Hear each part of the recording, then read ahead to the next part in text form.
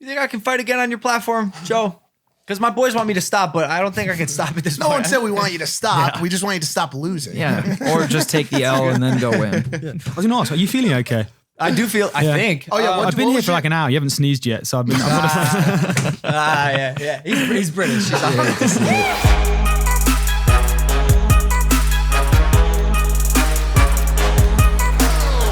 Like, no, I won, man. I really did. Yeah, man, I won. Did you see my uppercut, man? Guys, please. Did you see this one uppercut, dude? Wasn't that dope? Oh, my God. Hey, you should open the show like this. That's fucking amazing. We're already rolling, so y'all can just... Oh, we're already rolling? Yeah. Oh, so you got all that? Yeah. Yeah, man, I won. Why you guys don't let me win now? Yeah, I lost, guys. Like 9,000 down thumbs because of this motherfucker, dude. Welcome back to Impaulsive, the #1 podcast in the world. Thank you guys for listening, watching, viewing, subscribing. We're going to hit 2 million subscribers soon. That's dope. We want you to be a part of it. So hit that subscribe button if you're just watching this and not subscribed.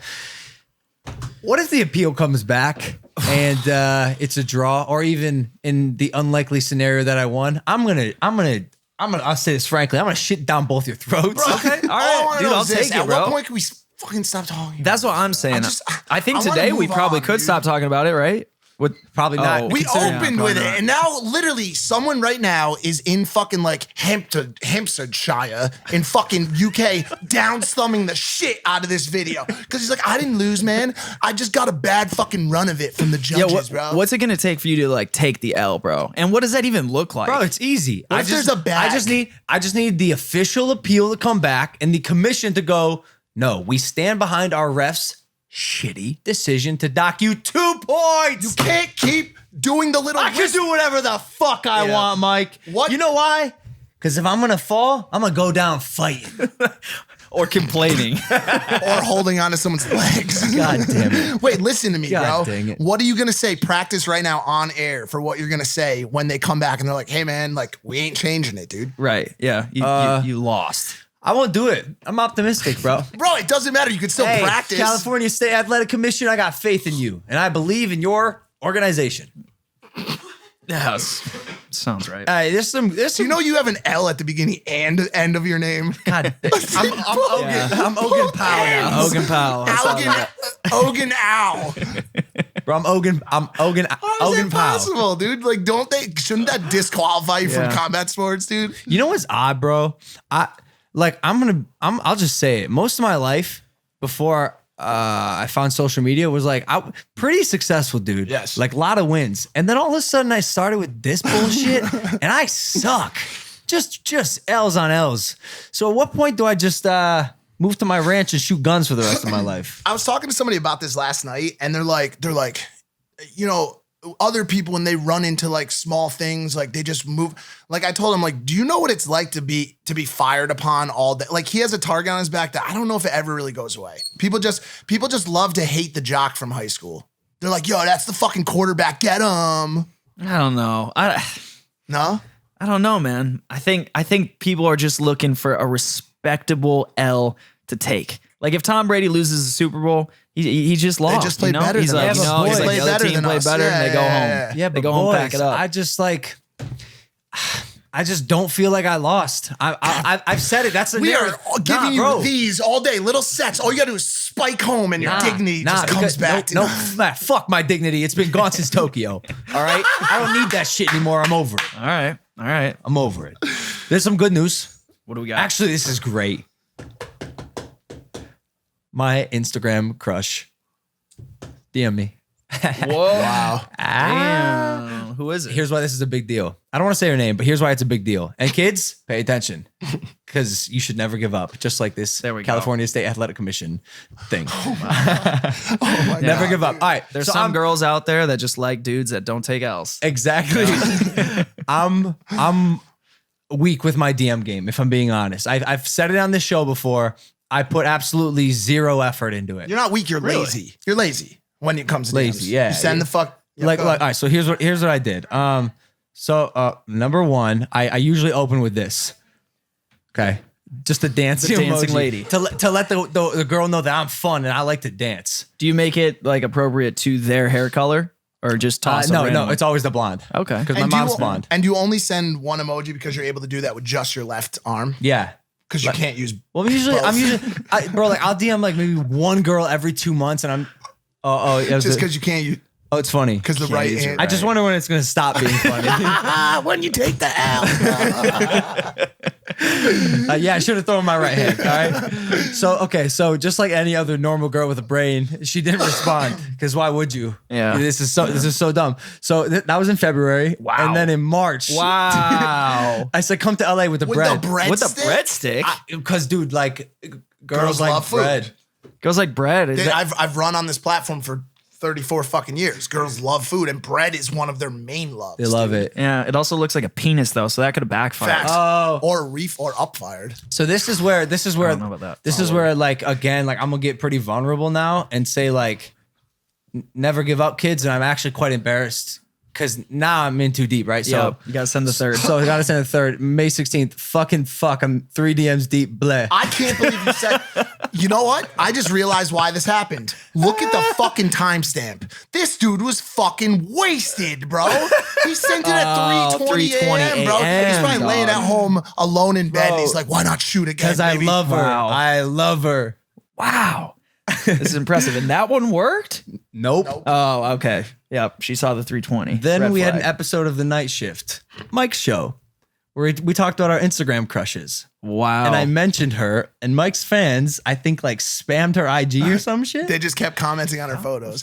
By the way, and this is what we think happened. My belief We're is speculating that, here. But my belief is that she probably watches and subscribes to the Night Shift, and she probably saw it for herself. Because first of all, why the fuck wouldn't she? Absolutely plausible. Point is, yesterday, she mentioned me in her story. I saw this DM. My heart grew a little bit. Wait, I didn't swelled know up a little this. bit. Yeah. What'd she mention? She this is actually interesting too. She remade the Bottle DJ video that I made, and she said like something like Logan Paul, we copied you or something, or like we didn't copy you or something. And then it got me thinking. I was like, yo, what if sketch comedy is the key to getting your Instagram crushes? Girls love sketch comedy, which brings us back to the TikTok conversation. Boys, I'm doing TikTok. I will kill everyone in this I'm going fucking back room. in. Nah. I will find a weapon and I will fucking kill everyone. I'm doing TikTok, bro. Suck your mom. Why'd you say that? I'll tell you why. Because it's a growing platform, and I'll pat myself in the back. I've mastered the art of short form sketch comedy. Vine, Instagram, Facebook. Yeah. That's Yeah, my yeah. shit, bro. Yeah. So why would I not do it so I can impress my Instagram crush? You're too old for that fucking platform. Well, you it don't have shows the through. skill set It anymore. shows girls love guys who are funny. And if you're constantly putting out stuff that you're funny, you're showing your Absolutely. personality. That's the only reason Mike gets girls. Oh, yeah? coaxes them in. You think it's funny when they do, I was so beautiful, now look at me, and their fucking outfit changes by itself? You think that's fucking funny? You think this is funny, Spencer? What he put together, the DJ bottle cap challenge, was hilarious. Okay, so there's a yeah. level. That was not on There's a TikTok. level to it. No, No, but the point is it could have been, and it would have went crazy viral. I'm just saying, dude, like, don't sleep on the short form comedy, which happens to be TikTok So right now. using TikTok as a distribution platform for your own content, not for like using the hashtags and dick riding the songs. and shit like that. No. Okay. No, I don't want to lip sync to songs. Okay. That makes You know- sense. you know You're what not I'm saying? doing. You're not going to team back up with Hansher I mean, for some Chris Daughtry, which by the way, your brother's best friends with. yeah. I don't know, bro. Who knows? You guys, Black Friday's coming up. Oh shit. That's cool. I went to Black Friday one year back in Ohio. I got kicked in the stomach. Really? Yeah, I got kicked in the Damn, stomach by that's a mother. I was like 12. are people still doing that nowadays? Kicking stomachs. Like they're still running into stores and like killing yeah. each other? Yeah, I really? think so. That's a Yeah. thing still? Oh, it's big. What'd you say? REI does opt out.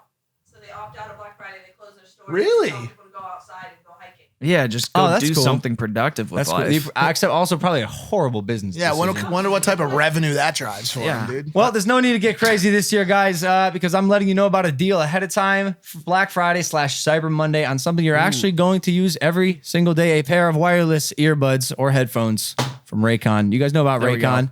It's an awesome company founded by Ray J. He was sick of premium audio being so expensive, so he and a bunch of audio engineers and music industry folks developed Raycon's line of awesome wireless headphones and earbuds. They sound just as good as other premium brands, but start at about half the price. You don't have to worry about dangling stems or any wires that get in your way. It's true wireless audio with seamless Bluetooth pairing. Some days I have a problem reading. Bluetooth? Most days I can't read. If this came with pictures, it'd be much easier. Go to buyraycon.com/Logan to check out Raycon's Black Friday and Cyber Monday savings. Again, that's buyraycon.com/Logan to get an amazing Black Friday deal on Raycons. It says to say it one more time, buyraycon.com/Logan. Nice. Might as well fire it off. You nailed that. There we go. Thanks, guys. What's everybody's like, you know, we say like, I'm off today. What's everybody's like off or on factor? Where you at like out of 10? I'm pretty low. Low? Yeah. I'll be honest, I'm at 2. I think the second podcast today, I'll We'll be fire on. up. Yeah, But we'll I fire feel up. like because of who today's guest is, we have to fire it the fuck up a little bit, Oh, bro. as soon as he gets here, we'll be good. Okay. Well, he's actually here right now. Guys, he's the executive vice president of DAZN, the platform that hosted KSI versus Logan Paul 2. Here to talk fight aftermath, big business, and much more. It's Joe Markowski. Big Joe. How you doing, boys? Big Joe. Big There he Joe. is. Good to see you, man. How you guys doing? Damn, you are big, dude. He is No, big. I'm short when I sit down because I've got very Yeah, long you legs. sank that chair down. I get up on trains and people are like, Jesus Christ. Yeah. Get down, look. No, you're taller than Mike, I'm which gonna is shrink down a little we went to dinner the other day, and you know, I couldn't help but notice what a strapping group of lads we were. Can you imagine just seeing that table with boys just sitting over there? Especially Joe. Look at this Brit. And we had some approachers come over. Remember the girls, and they tried to read your palm. Slightly older women. Slightly is a nice way of putting it. You remember I had Mum's I, night out. I had to snap on him. Do you remember that? Yeah, I like that. It was a good move. So like, bro, it's funny you saw that because like it takes a decent amount of both alcohol and impatience for me to snap, and she hit me at the wrong time. What happened was she thought I was like filming her, and I was like filming Mike, and she happened to be in the background for like the third time. Don't She's like, film It was an excuse to come over. Yeah. yeah, she's like, I don't want to be in your video. I'm like, lady, I don't want you in my video. You just happen to be in the background. Yeah. I was impressed by both of your ability after not drinking for some time to handle your booze on that We over that dinner. we crushed We pounded it that it. night. Yeah, we Yeah. drank a lot that night. I fell we asleep in did. the cab. I was, bro. I fell asleep in the cab on the way Remember, back. you were going to 100%. come out with us after we were going to Yeah. whose party we're going to, and it was like tight, I think tight. it was Diplo's. Yeah, and it was a tight It was a list. Diplo's By personal birthday party. Their livers they have like a record of all the alcohol consumed. So like they don't forget, man. They can handle it. I didn't handle it as well as you thought. I'm good at faking it, you know. Oh, yeah, and then when we took the nap in the Uber on the way to the party, I was literally like, oh, poor That's a bad poor move, Joe, though. bro. You wake up with a hangover going into a party. he's good at it. He calls it collecting. So he's like, I'm like, are you sleeping right now? He's like, no, I'm just Yeah. collecting my thoughts. I need like I think Einstein did this. He would sit in a spoon and he'd he'd sit in a chair. I was not a gonna say, spoon. dude, come on. I wouldn't put it past him. What was he, an embryo? What the fuck is good?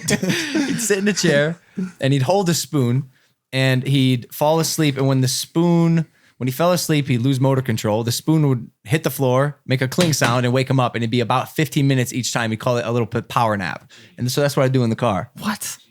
I mean, that's insane. Do you carry a spoon with you everywhere you go? Everywhere I go. Yeah, nice. I prefer sporks. They make a little louder clack. So, yo, Joe, how you doing, bro? I'm good. It's good to be here. Nice to be in LA. New York weather is not great at the moment, so it's nice to be on the West Coast. You travel a ton. That's what I've noticed through our relationship. Can you remind everyone exactly what DAZN is, besides the fact that they hosted my fight against KSI, and I guess we were technically like partners in that, right? We're still partners, I hope. I think the best way to describe DAZN is we're a global business. We're a sports broadcasting service, but we only broadcast on the internet. So we call it OTT. It's a bit like Netflix, a bit like Amazon Prime. It's sports broadcasting only via an app That's on the internet. over the top. Over the top is what you call it. Yeah, it's a boring industry term, but we're know in it, of course. 9 markets of the world. We're a UK business. We're not in the UK, but we're broadcasting in the US, Canada, Brazil, Japan, Central Europe, Italy, Spain. So 9 countries. You have plans to expand globally, I presume, yeah? We're looking at that at the moment. But yeah, look, we had a huge launch in 2016. We've since launched in 8 more markets of the world, and we're looking at markets that make sense to launch in going forward. This is really exciting to me, and why we wanted to have you on is because it's cool to be sort of at the helm of the forefront of this and seeing what you guys can become, literally like the Netflix of sports based on digital media, which is where, I started. It's very cool. And I want to ask about our fight specifically, and then I want to go kind of macro. Eddie Hearn said this was one of the most, I think, one of the most viewed live fights that DAZN had put on over like Anthony Joshua, Andy Ruiz, though it was half the price. Is that true? I don't want to get into specific numbers. It was a tremendous success, is what I would say. And I think what was really interesting is, as well as your sort of like core YouTuber audience that came in to watch, it really excited and engaged our like proper boxing fans, if you want to call them that, the subscribers we already had. So that surprised me, being honest, because if you read some of the coverage beforehand from like the hardcore fight sports journalists, they're like, this is a disgrace. This isn't real. It's not real. It's demeaning the sport. Who are these guys? You know, they're not going to take it seriously. I think the hype and the media coverage, I mean, we were saying beforehand, there's not many fights. There's not many sports events generally that get the attention of the New York Times, CNN, the Times of London, Financial Times. It's just everywhere. And the texts and media inquiries we were getting in the week of the fight were just, it was so widespread. It was so you know, it was a mainstream event, right? So that speaks to the promotion, which was fantastic. It was a global event as well. And we generated a whole lot of buzz and audience around it, which is exactly what we wanted to do. Yeah, it was definitely a massive success. These guys know, because I was very vocal about it here, but you guys are by far the best partners I've ever worked with. Like for some reason, the synergy was perfect. The production, it was a marriage made in heaven, right? Because I think our platform is perfect for your sort of digitally savvy audience. Eddie Hearn's the perfect promoter for this kind of event because he gets social media properly and he commits to it. And he's British, so he had the KSI side and your side here. So yeah, it worked brilliantly. It really did. You think I can fight again on your platform, Joe? Because my boys want me to stop, but I don't think I can stop at this point. No one said we want you to stop. We just want you to stop losing. Yeah, or just take the L and then go win. I was going to ask, are you feeling okay? I do feel, I think. Oh, yeah. I've been here for like an hour. You haven't sneezed yet, so I've been. Yeah. He's British. You hate to see it. You hate to see it. You didn't give us your rating. What are you at today? I'm at like a 5, probably. 5. Yeah. How about you, Joe? I feel good. I need a number. 6, 7. 6? We're an average of like a 4.5 right now. But you're coming tonight to our premiere. Yeah, for That'd be the fun. He's been on good form for that. Andy Ruiz, Anthony Joshua. It's like a short film or something? Yeah, it's like a short film we're launching tonight. It's a premiere in LA, appropriately, ahead of the fight on December the 7th. Big heavyweight rematch. Big fight. It's a big Excited fight. for that Huge. one. Did you guys, did you have any idea the first one was going to be as crazy as it was? No. Honestly, for the first 24 hours, I remember sat in the front row ringside with Eddie, who obviously is heavily invested in AJ's career. Yep. It was meant to be like a coming out party for AJ in America. It was his first fight in New York. Big British superhero, comes over with like 10, 12,000 Brits. Yep. The opponent changed last minute. No one gave Andy Ruiz a chance. And in the third round, AJ knocked him down. It was like, here we go, spectacular knockout. This is going to be fantastic. Exactly what we expected. Yep. It completely flipped. And so I remember waking up on a Sunday morning just thinking, this is a disaster. We're like an Anthony Joshua broadcast. It's huge for our business that he lost. But then you realise it's given us the biggest heavyweight rematch in decades, and it's in like 2 weeks. So it's fantastic and crazy. Yeah, it's going to be a huge night for us. Where's that rematch again? It's in Saudi Arabia. Oh, that's one in Saudi. That's in Saudi. Yeah. So it's huge, and it's a real crossroads for AJ to get his career back on track. So yeah, tonight's the premiere of our one night documentary about that fight. You ever you're tight with Eddie, but you ever converse with or are you invested in the business of AJ at all? Yeah, he's a partner of ours. Okay. We've done 3 of his fights now on the platform, 2 of his fights on the platform. He's a big partner of ours, and we're AJ supporters for sure. It's actually nice to be here without Eddie, because the last time I was on Impaulsive, Eddie took up like 85% talking the way he does. So it's nice to be here without him. He's a real showman. He is a showman. What's your prediction for this fight? I don't know. Are you not allowed to say? I'm allowed to say. I think AJ's been notably, he's been under lock and key. He hasn't done much media. He's been training. He's extremely focused on this. Ruiz, unexpected champion. It's like no one knows what's going to happen. I wanted to ask a question because so as of now, I took the L. Wait. What? Is this happening? What? Are you taking it like? No. I'm saying as of now, and I winked. Oh. Like if the commission comes through, I feel like we're making progress. We're getting there. I took the L, but I'm in good spirits, and it just doesn't feel like a true loss. When Anthony Joshua like you said, brings over 12,000 Brits, undefeated heavyweight champion of the world, loses to what was a stranger named Andy Ruiz.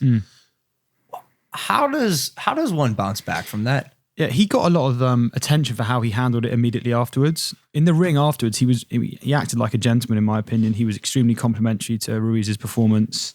He didn't seem to be visibly that upset. But knowing him and knowing his how much he cares about this, obviously it cut him deeply. So that's why he's been training so hard for the rematch.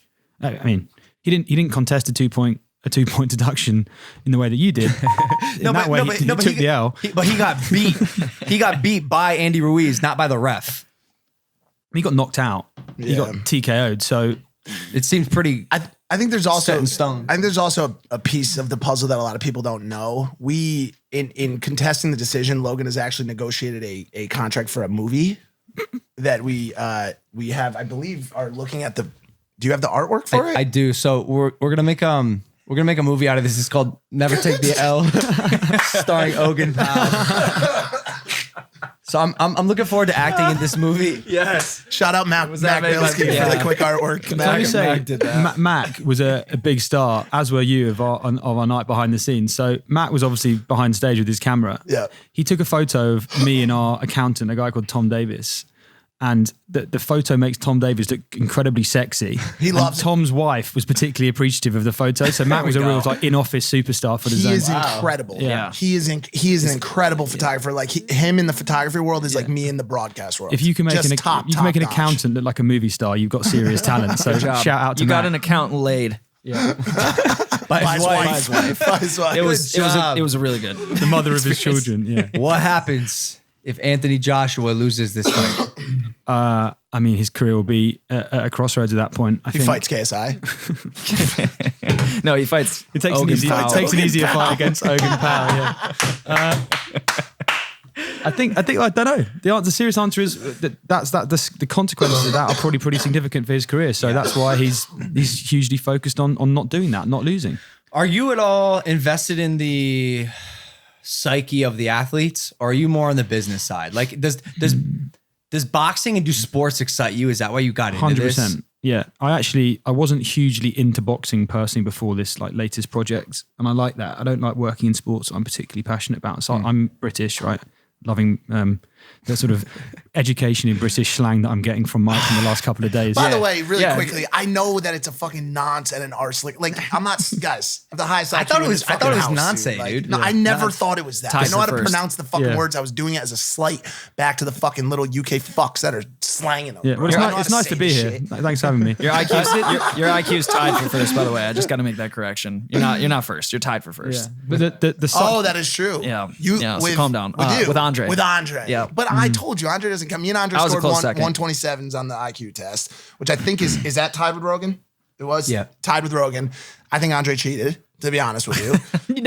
Really, you can't take the L either. Well, Wait, what's your name? Mike Malak? Mike Majak. Majak. Mine would be not taking the draw though, because like I'm just not accepting it. But hold on, it's pronounced nonce. Nonce. nonce. Nonce. Yeah, you don't say the fucking. It's not a nice word. It's a horrible word. Yeah. It's like a pedo. The one that made me, it is. The one that made me laugh though was "suck your mum." Because Suck your that's mum. something that me and my friends grew up like exchanging. What when is we were it? 14. What is it? What's It's the like- American it's like- equivalent? Oh, I know what Your the mom American. sucks. No, the American equivalent is "go fuck your mother." We say Yeah. it on the East Coast all the time. Go Yeah. fuck your mom, dude. Yeah? That's what it is. Oh, wow. What? It is. You say that shit, Jeff. Stop acting holier than Yo, thou. they were cheering that at me at the press conference. They go, "Suck your mother." I Suck your shook mom. a finger at them. I was like, guys, like, bro, no, don't take this personally, like British fans, but like KSI's British fans, I feel like they just need a good reprimanding. Like, hey, come on.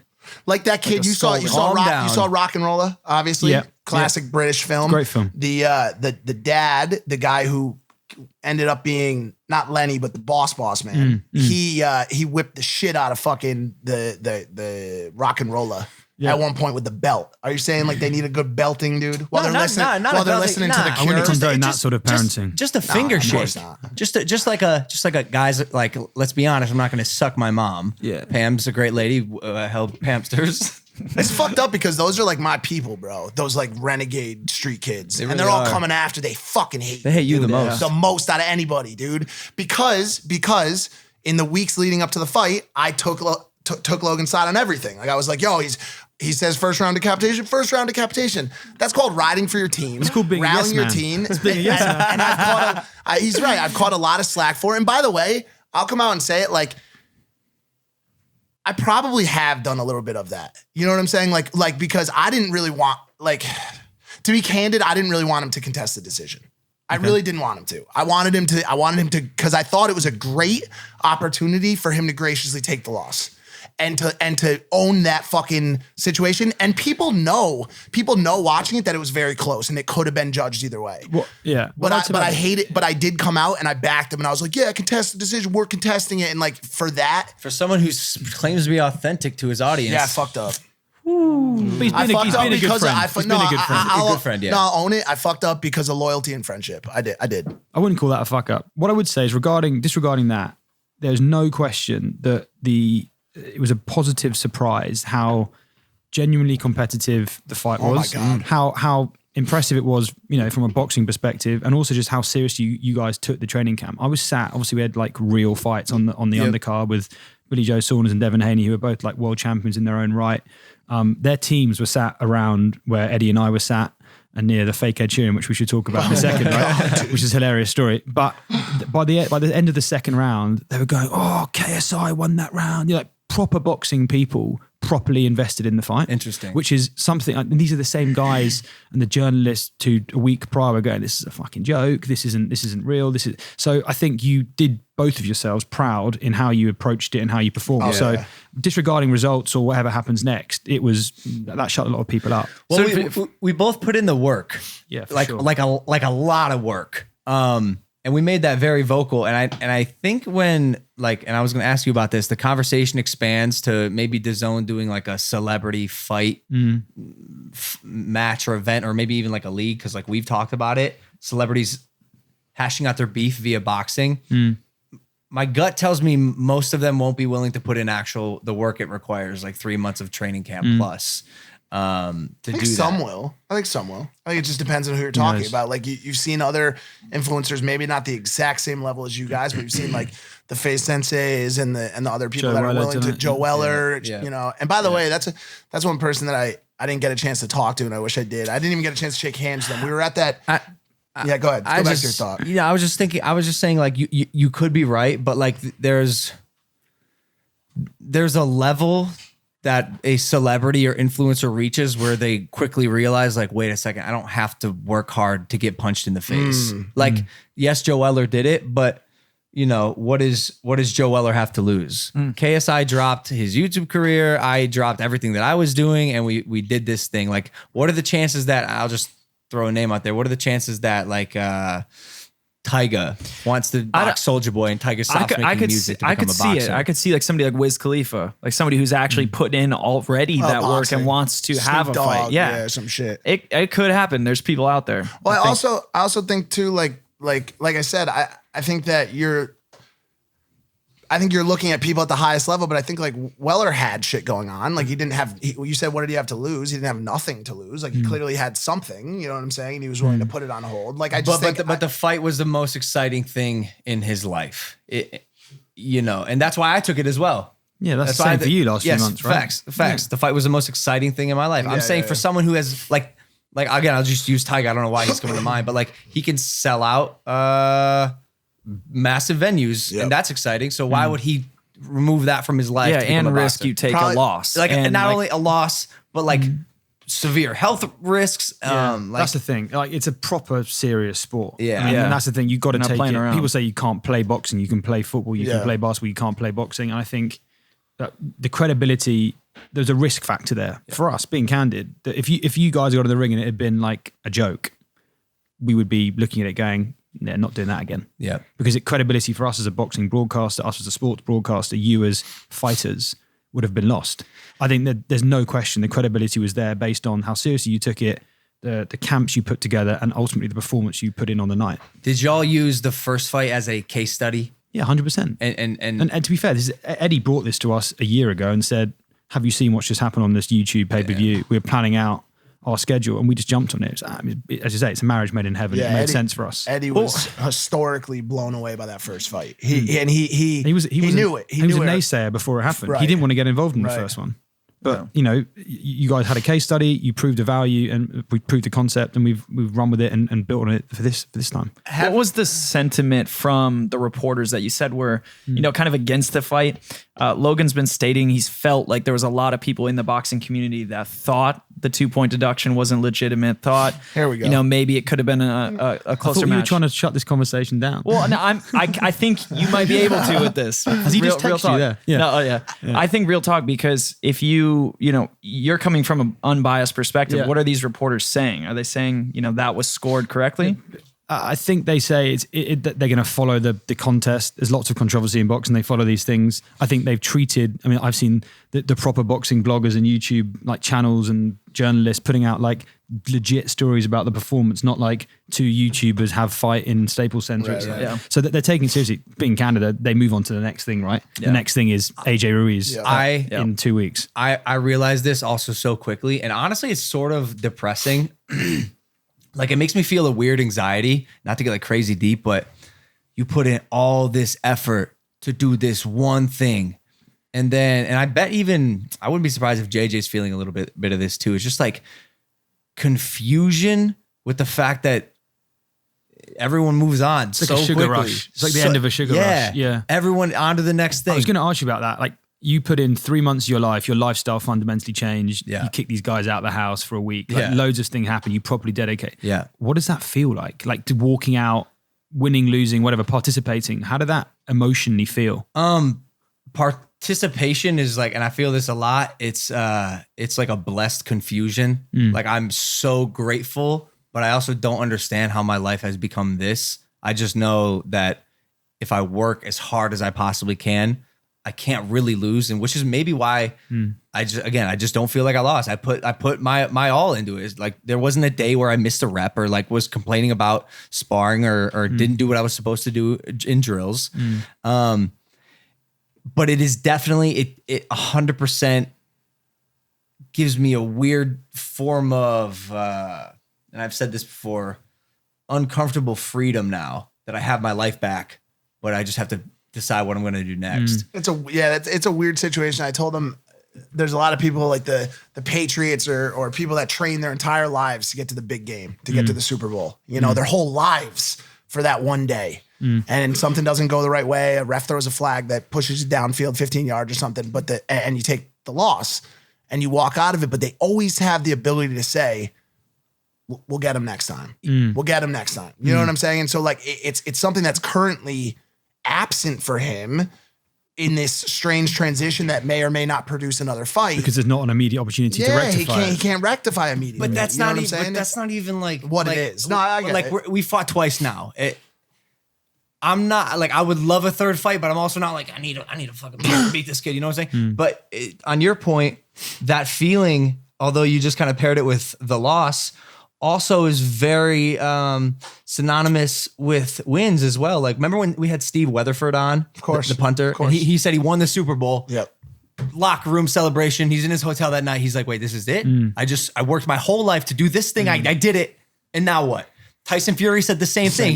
He won the championship. the lineal championship. Yeah. And he's like, okay, I did it. But doesn't it, like, isn't greatness defined by like how you step on beyond that? Like, some people will be satisfied, like that their life ambition is done. They've achieved what they set out to achieve as they were a kid, and then like call it a day, retire, stop doing whatever they were doing. But like the greats go on and set the next thing, and forget about that. I think it's just that period, like right after, and I struggled to make the comparison, but and I mean no disrespect by it, but it's almost like coming home from war. You're home now. You know what I'm saying? I didn't want to say that. Of course. But I was thinking the same obviously, I'm thing. not making it as a fucking exact comparison, but like you're used to the same training regimen every fucking day.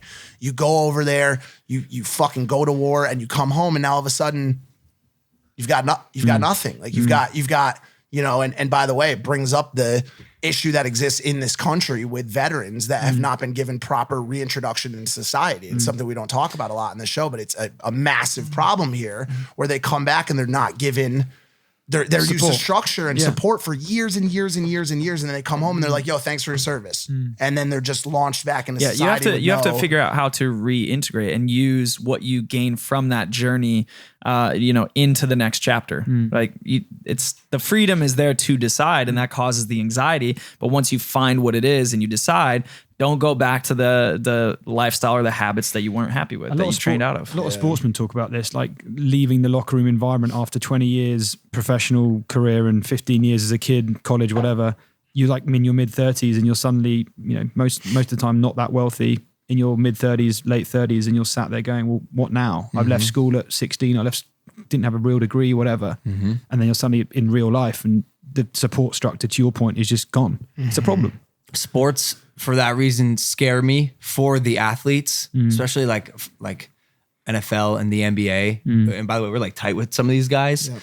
And a lot of them actually are getting financial advisors early on. Yeah. And I know a lot of their strategies are like, It's like ballers. yes, concept exactly. of the show, Exactly. ballers, Like they only spend their sponsorship money. Yeah. They save all Yeah, that. Smart. yeah. And they are getting smarter with it. But yeah, I can, because you can't be athletic forever, Yeah. which is why actually I'm grateful for this and like my ability Clearly to this create. house, you're only spending your sponsorship money as well. Can I just say, this house is like, if you'd given me and my friends at university $20 million, this is exactly what we would have built Yeah. as well. It's great. awesome. It's great. It's great. And this house is a result of that proper management and proper structure at the time when he needed it. Like Yeah. when these influencers and athletes get hot nowadays, Yeah. they need someone there telling them, yo, like you should be building IP, Yeah. you should be, Yeah. creating a structure for product, distribution, and people are getting smarter.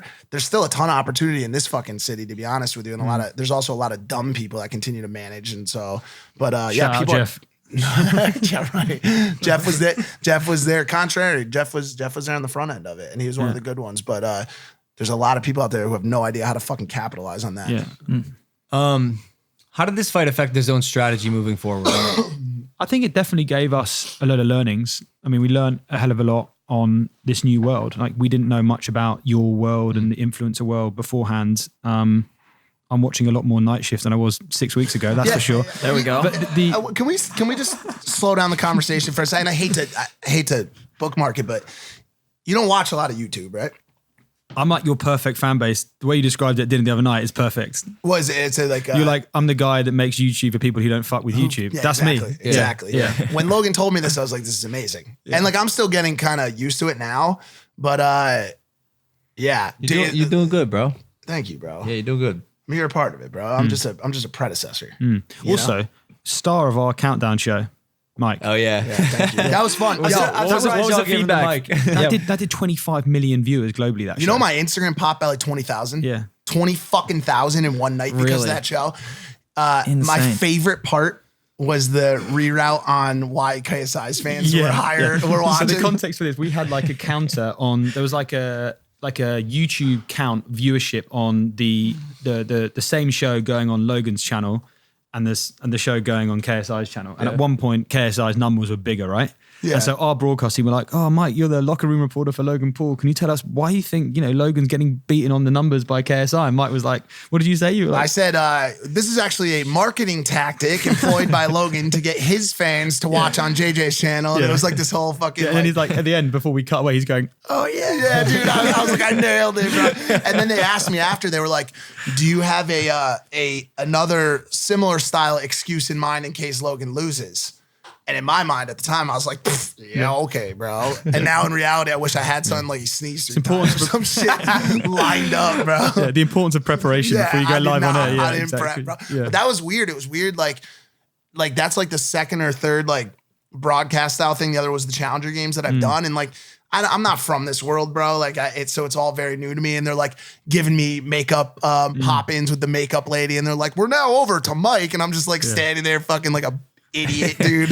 I think that's It was amazing. fun, I mean, dude. in our previous conversation though, from bouncing back, I know we talk about it all the time. Like you as a human being, like what you're doing right now is just insane to watch. Like to see what you've been through in your life. You're finding a career on YouTube. Like I think that's the day and age we live in. Like you can with social media, we're all given a platform. You can do something with it. I mean, that's that's been my message since day one. And I think all of us, all four of us probably in some way, shape or form can continue to convey that message that it doesn't matter where you are right now as you're watching this. It doesn't matter what struggles you're going through in your life, because, at some time or another, all of us have seen tremendous downs, and I'm not the only fucking person who's been there. Mine may have been a little bit fucking lower, but like anybody can truly bounce back and create something for themselves because of how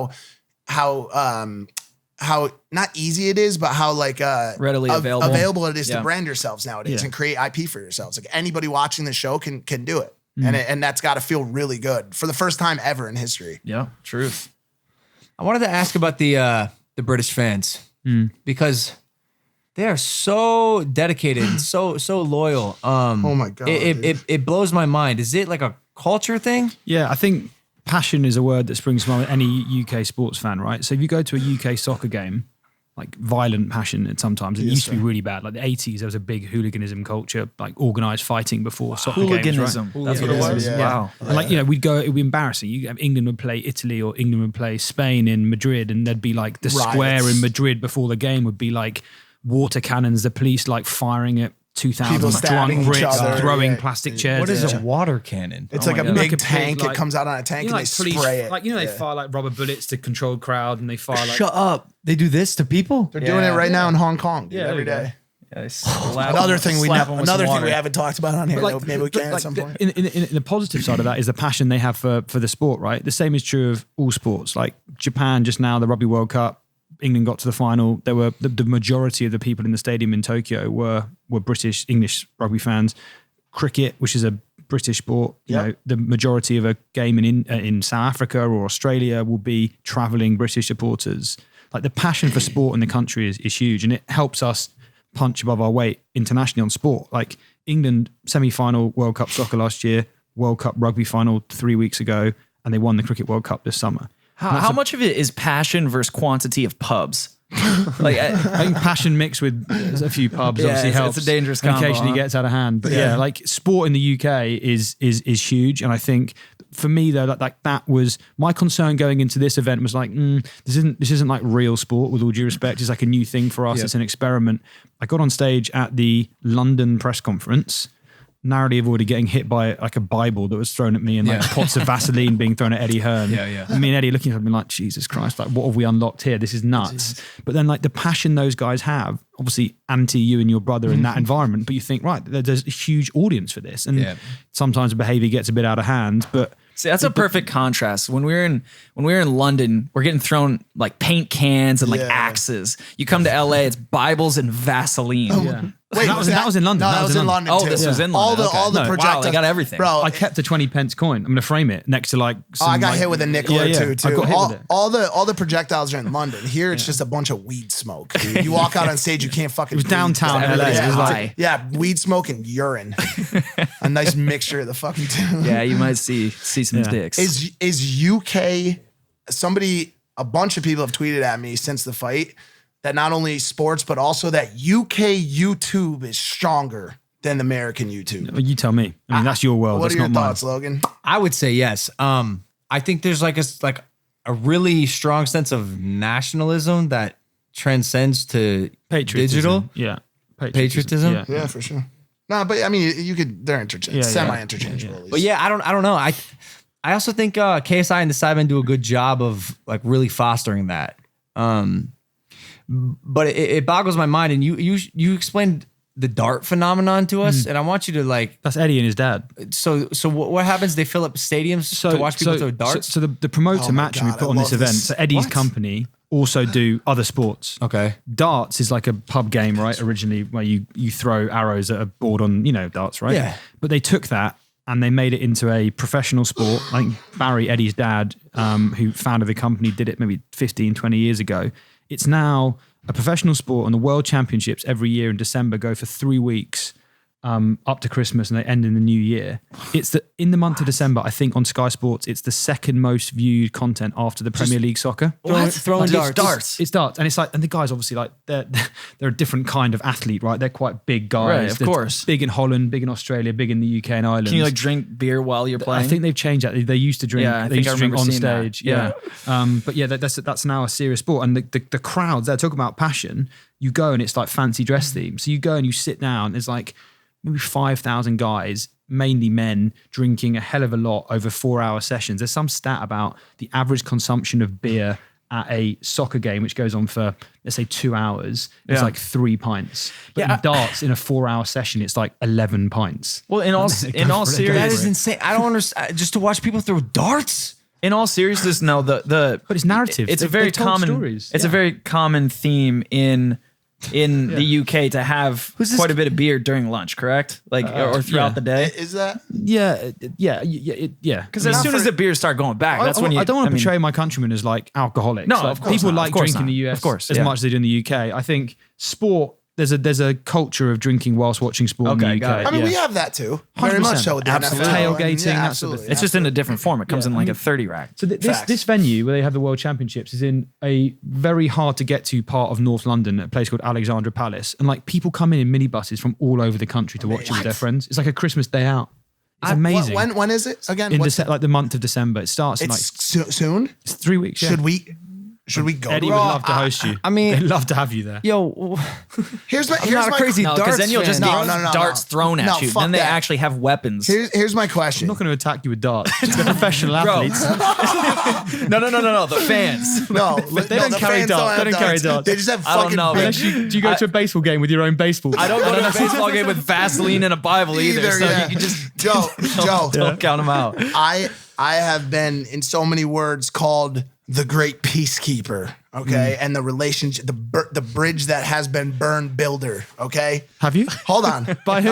Tug it off there, Mike. Here we go. Get By the it way, in I've there. never been called anything. I missed that one, I'm just yeah. saying that. But songbird. I do quite a bit try to fix relationships that have been fucked Severed. through dumb shit. What stops us from a KSI Logan Paul Sidemen Team Maverick collaboration for the darts tournament? We show up as friends. We watch the darts. We kick back a few beers. Me and Bazinga talk shit about women, bro. Like, and hang out, shoot the shit. Like, That would be great. hang out with Road to Shaw, dude. Like, could get, like- what stops that from happening? See, they dude? wear like these like silk shirts. They're almost like Hawaiian style shirts with Yeah. their own branding. Yes, you could have like amazing. Team Maverick shirts, maybe. Sidemen collab. Yeah. But like, question, like, do you see a world where there's a value to us all being friends, wearing kilts, hanging out, For drinking? sure. I'm all ears to that sort of stuff. Why would you wear kilts? It's not in Scotland. Because the Cal Freezy guy he rocks the kilt. Right, okay. And so, Fair I mean, enough. I'll do, if it helps me build a friendship between us and the Sidemen and everybody, we could all be friends and hang out and make money together, I'll fucking rock a kilt. I'm Mike, saying it Mike- right now. Buy me a kilt and I'll wear that shit. I love it, bro. I love visualizing you in a kilt, but he's got to take the L first, bro. Oh, he will. It's just Trust gotta me, happen. it's all gonna happen in line, dude. Don't worry about it. I got it all played out. The sooner the better, man. Andy Foster, bro. Oh no, not again. I'm rooting on you. Yo, If it comes back, can you I fucking will- imagine? I will drive to Can the you UK. imagine? You talked about MMA, you talked about more boxing, you clearly got into it. Yeah. You got that sugar rush feeling at the end of Yeah. it, like a bit of a hangover. What are you planning to do? Man, I've been saying it since KSI called me out the first time. I really, really, really want to do MMA. Even actually my penalty or my foul in the fight was sort of like an MMA based move. Like I was around the back of his head just because with wrestling, I've learned how to manipulate bodies and just go with the flow of where my body ends up.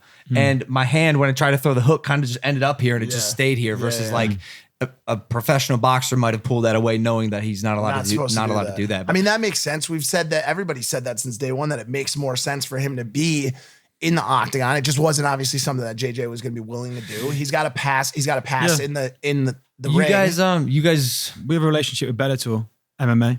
So yeah, we're all ears to that sort of thing. I think it's just interesting to see what you and JJ want to do next. Have you talked to JJ about does he want to stay in fighting or is he done? Yeah, we're talking. I mean, I think he's taking some holiday, and we're going to sit down with him at the right time and his management team. But look, as I say, He's actually in LA right now. yeah, you guys both covered yourselves in glory. You perform well, you train well, you respected the sport. Combat sports is no joke, and I think that opens up opportunity for you if you want to do it down the line. Yeah, and for sure. And we're interested in that. Man, I love it so much, and I also love the respect that you get as a fighter. Like people just treat you differently. It's a big level up in a way, because not a lot of people are willing to like risk their face and want to beat people up. Jake Paul versus Anderson Gibb. Is that happening on DAZN? We'd love it to happen on DAZN. We're in a conversation with Jake right now. Is that the official fight? Is that announced yet? I don't know. No, but it's not announced. But it's looking like it. They both said yes. Jake is training very, very hard right now in He's with San Ryan Diego. Garcia in San Diego, right? With Ryan Garcia, bro. He sends his videos like he's doing like jogs in the morning, 3 a days, 2 a days, and my question to my brother would be like, as of now, for what? Because if you haven't inked the deal yet, I mean, and this is part of the reason why Jake's great, is because he takes the leap, and who knows, he might actually take boxing farther than I will, but we'll see. The fight's gonna happen. The reason it's not announced yet, and the reason why it's not doesn't have a date, is because of the stuff we can't talk about on the show. There's, it's just a bunch of behind the scenes fucking trying to make the numbers work. And How do you stay neutral, like in general? What, between two different fight camps? Yeah, and I was gonna ask Eddie too, and it's funny because like being a person who like has that social wherewithal, you guys both do a really good job of it. But is it hard to do this podcast or have a dinner with us and go have a dinner with KSI? And No, I don't think so. Everyone knows the score, right? Like we're partners collectively in an event, and that's true of every fighter we work with. I'd say we spent more time with you guys as fighters than we would do with proper fighters, because Eddie does most of that for us and his team. So I don't find it hard. I think I just find it honestly, personally, very interesting hearing how people are training, the sort of psychological element to getting ready for a fight, which is for me is like the most interesting bit. Like at the end of the day, I think Eddie said this, you're still a man walking out of a changing room to go and perform in front of 18, 20,000 people and have another man try and take your head off. Yeah. It's unbelievable. who do you like better? I mean, come on, let's just be honest. You spend time with both teams. No, Joe, it's a simple fucking I question. think you're both fantastic partners, and I enjoy both your companies. See, So. that's a social that's manipulation. class. Mac's the big winner for me in this one. Most talented guy here. Whoa, And you as a broadcast talent going forward as well, of Mac course. is very fucking talented. Our pilgrim photographer. Shout out Mac Mac. Bilski, Give him a little everyone. airtime, Andre. You Flip can the probably show him on the camera, Andre. Nice, look at that kid. There he is. Should we tell the story about fucking Idlewild? With this fucking, that's a crazy story. We already did. You won't believe this, but you already told it, man. What I meant was not that story, but the story about how he dropped his French. We told it, didn't we? Yeah, we 100% did. Go on.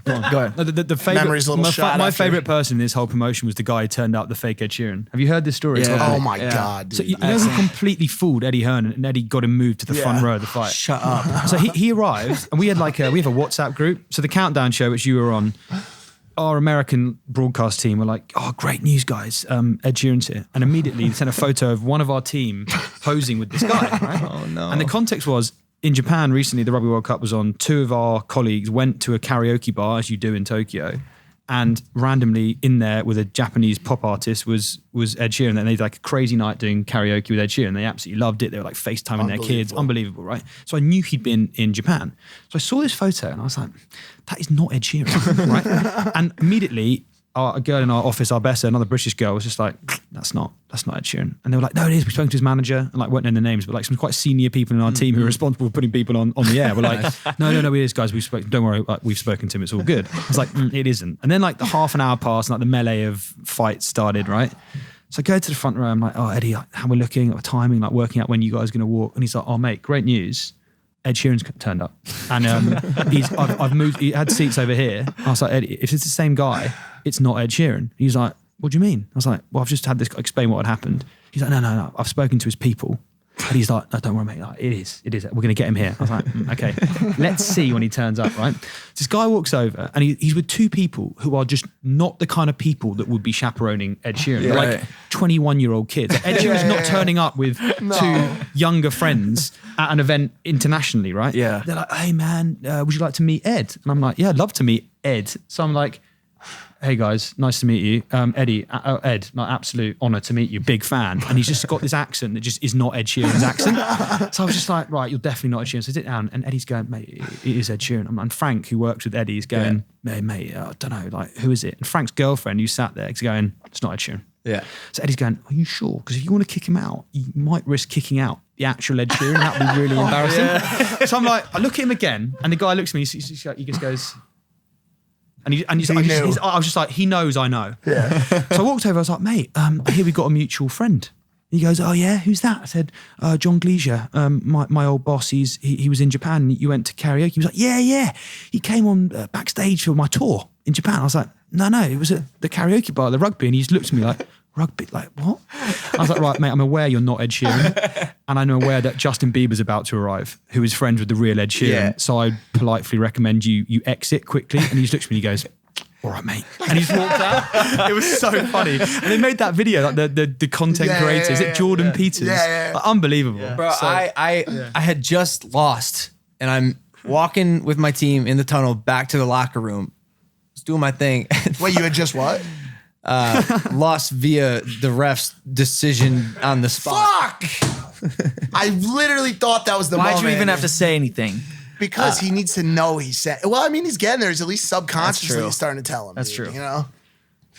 You guys good? Yeah, what happened? All right, cool. So I was walking back to my locker room in the tunnel, and I look to my left, and I see this fucking dude looking at me with this Look face. at his nose. It's not the same nose. This face, and I'm in my mind, in my loser mind, I'm like, yo, is that fucking Ed Sheeran? Yeah. But within a millisecond, I knew what was happening and that it wasn't him because it all seemed too good to be true, and his smile was too smirky for It's me. the nose. The nose is like more swollen than Ed Sheeran's actual nose. He gets paid to look like Ed Sheeran. He's got like 350,000 followers. Oh, he's on got Instagram. that many? Yeah. I like the fact that you had the balls to I was 90% sure, and it could have really been embarrassing. Oh, that how could have fucked backfired. would you have been if like I his, would have just gone bright red, and I would have just had to leave, probably go and hide backstage somewhere. like Justin shows up and Justin's like, "What up, man?" what's And they're up, like, bro? "Yo, what's Yeah, up? Long time since I said." And they start going, "Oh, Did you talk to the celebrities that were there? I shook Dan Bilzerian's hand cool. and talked about betting with him briefly. Justin Bieber very briefly seems like a nice guy. Yeah, he cool. is. He's very cool. I know he was supporting of the event, which we obviously appreciated. Yeah, amazing. The front row, we had this like, it's Frank sent me this screenshot of this ridiculous front row. It was like Wiz Khalifa +2, Bilzerian +2, Little Baby plus. I didn't know who Little Baby was before this fight. It was like Eddie Hearn, Joe Markowski, Frank Smith, and then like Bieber, Sheeran, and it was just like, it's like, what kind of world have we stepped into here? It's Weird, insane. right? Yeah. And I saw a video of, I think Jack Black was there. did he come? I think he was there. I didn't see him I there. think he was rooting for KSI too. Which Really? How does that even happen? Jack We Black. gave him a ticket allotment on our side, we like we out of the ultra VIP. we gave We gave him a We ticket. gave One Jack of those Black a one of ticket, those boxes. and he rooted for KSI. I didn't know who he was rooting for. This fucking. I mean, guy. that wouldn't be the only. I mean, Yeah. technically, I gave the entire Phase Clan tickets. How good were the VIP boxes, by the way? They were the best. The punch through. The best. Oh, they Amazing. were awesome. That's you did a great job another- with that as well. That's another example. Thank you, but that's another example of you guys and your ability to produce. Like, I mean, honestly, like. Just being a part of that machine that could churn out an event that has all of every single avenue covered, the promotion, the influencer relationship management. Like you gave me like the easiest win ever Yeah. to go and approach all the influencers. Have you guys talked about the fight right before the main event? What was up with that? The one that The swing immediately- fight. The swing fight. Yeah. Yeah, it's normal in boxing. If Okay. a fight if there's like, if you're running ahead of schedule. He means the outcome. Oh, yeah. The outcome. Oh, It was right. it was a strange fight. Oh, He got disqualified, didn't he? Yeah. Yeah. The back of the head shot. Did he no for after the bell I going don't think he's nuts. contesting any decision by the captain. Well, let me tell you why. How did that get set up though? I'm just curious because it seemed think like it it was just off. Well, it was a boxing officiating decision. He got disqualified for the No, legal. No, like, how did they even match 'cause up wasn't against the each guy other? that he was fighting? So there's the Logan Paul guy named Nikita. Nikita Barbie, yeah. Dragon, and he fought against the other guy who is well like Owen. Yeah, he had like 10 40 or losses. some Nikita shit. Barbie's like a very young professional. So he's in like his 7th or 8th pro fight. One of Eddie's early signings. Yeah, okay. And he's like blowing everyone away. Yeah. So obviously Eddie's managing his career and putting him in fights that gradually test him more and more. Okay. Like I think the first 3 fights, I think he made his pro debut with us. Is that right? And the first 3 fights he had, they lasted like collectively like a minute and a half. Bro, that kid is an He's a beast. animal. Yeah. They call him white chocolate. His swing Yeah. speed is Yeah. like, yo, imagine you got in like an argument with that kid at the local pub during a dart contest, and bro, if you get hit with a right from that kid, it's lights out, dude. No It's bueno. over, dude. No bueno. Yeah. He's he's a like beast. he's like the Logan Paul that can fight, dude. Yeah. That dude's nasty. I don't know how much more of this before I just start beating my friend's ass. Like at what point is it like, do I look around? I'm like, yo, I'm still a fucking strong ass professional boxer. Yeah, you got maybe another like 5 days of it, bro. Just fucking own it, dude. Yeah, It's gonna go away, bro. We know. Not until that fucking commission. Not until that L is taken, With that bro. decision. Yeah. So is I gotta ask, is pay-per-view in your opinion done? Like is what you guys are doing with DAZN taking over? It's a subscription model, yeah? Yeah, ours is a subscription model, and our reason for entering the US with boxing heavily was because we think pay-per-view, in the way it's currently designed, the way I describe it is, imagine taking the Super Bowl, the biggest event in American football, and putting it behind a $100, $90 paywall. Yeah, it's right? ridiculous. Yeah. the amount And of what it fights does- that I didn't watch because Yeah. of that. And if you layer on top of that, our parents' generation and well, mainly them have spent $220 a month for a core cable package to watch all the sport, which is insanely expensive in global terms. Yeah. Then 4 or 5 times a year, if you're a casual boxing fan, you're asked to spend $70, $80, $90 to watch a pay-per-view event. What that does over a period of 30 years is just price people out the market. Yeah, absolutely. So that, when I was 22, living in my university house, slightly smaller, post-university house, slightly smaller than this one with my friends, like we'd be earning not very much money at all with young kids. And you're being asked to spend in the US at that time, 220 plus 80. You just don't watch boxing. And as a result, the audience is starting to slow down and decline. So our strategy is bring events into a more accessible environment, more flexible environment in a platform that young people like using. Try some tactics and strategies like fights that you had to bring in a new audience, 25 million people watching a countdown show, watching Mike do his thing. We hope a portion of them will engage with Nikita Ababi, Devin Haney, Billy Joe Saunders, like real boxers who have professional careers to come on DAZN. And if we mold those two together, make the sport more accessible, add in more sports as they become available, and we buy those rights, you grow the audience watching boxing. And in doing that, you're doing a great service of good to the sport. So it's a unique strategy for us in the US, because in most of our markets, we're a multi-sport broadcaster. In the US, we're pretty focused on boxing, because in 18 months, 2 years' time, the NFLs, the NHLs, the MLBs, and the NBAs come back probably in a year, 18 months' time to market, to sell their big packages. And if we've established a good enough base here, if we've built a strong enough business, we want to be competitive bidding for those rights to bring them onto DAZN. Who's your sports competitor domestically in the US? Would it be like a Red Zone? Do you look at the Red Zone model? I think at Red all? Zone's an awesome piece of programming. Okay. The way I see us competitive primarily with pay-per-view boxing right now. Like, yes, we compete with ESPN Plus because they have some boxers and Fox have some boxers, but they're much bigger businesses than us right now. So our immediate challenge is pay-per-view boxing, because we're taking pay-per-view boxers like Canelo Alvarez, like Anthony Joshua, off pay-per-view and making them available via a new platform. And in doing so, democratizing boxing is our strategy. What's the core acquisition approach outside of influencer-driven acquisition? Like, what else are you guys We still doing? buy it on TV for some fights. Like, you'll see us advertising in Sunday Night Football. Yeah. We've done that all season. We did that last year as well.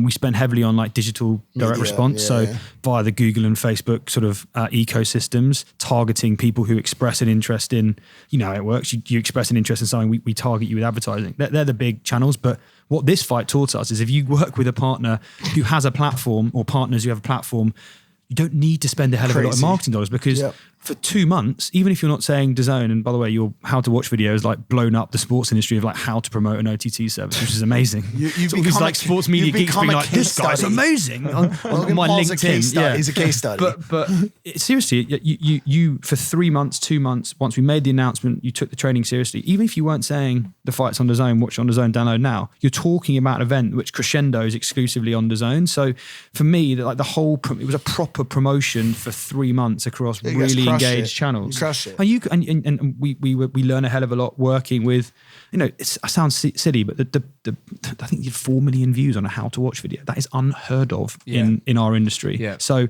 that's a fantastic thing for us to learn. And yeah, there's an appetite to do more for sure. Nice. All right, I want to go to audio only. It's exclusive. It's on Spotify and iTunes. So Joe, bro, thank you for coming on Appreciate Impaulsive, it, brother. Nice to see you guys. Thank you. Stick around though. Wait. It's audio only. We're still here, but it's only on You'll need Spotify those. and iTunes. I want to do some facts with Spencer. Yo, thank you guys for watching. I love you. Hit that subscribe button if you're not subscribed. We'll see you next Monday. Well, you'll see me next Monday. I might kill my friends before then. But we love you. Thank you for listening to Impaulsive, the number one podcast in the world. Take it easy. Peace. We met with TikTok yesterday. Don't know. Don't you The head of strategy at TikTok in the office, they were like, "What are your new YouTuber friends thinking about TikTok?" I was like, "Oh, see Logan Markowski." And then today you tweeted, "I'm down for TikTok." Fuck whatever you it, bro. tweeted. I'm a Did you see what I TikToker. I'm responded? gonna go back and be like, "Yeah, I talked to him. It's all good. Like we got him on the platform." I'm about to be famous, bro. I'm about to do TikTok, become a TikToker.